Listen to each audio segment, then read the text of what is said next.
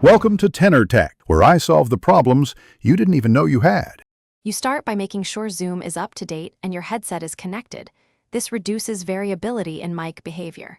Once done, open Zoom, tap Settings, then Meetings, and find background noise suppression.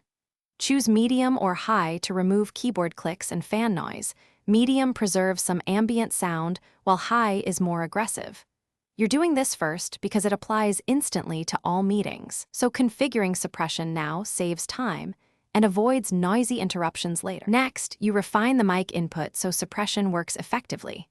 Go to Zoom Settings Audio and choose the correct microphone, often labeled headset or built-in.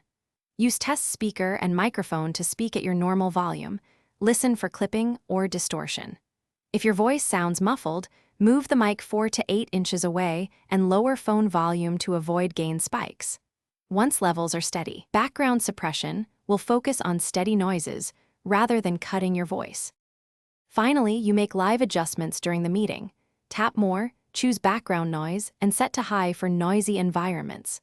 Mute when you're not speaking and use push-to-talk for rapid back-and-forth conversations.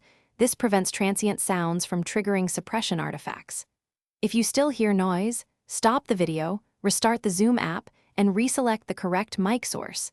This often clears conflicts caused by other apps. Make sure to retest audio so you rejoin with clean sound.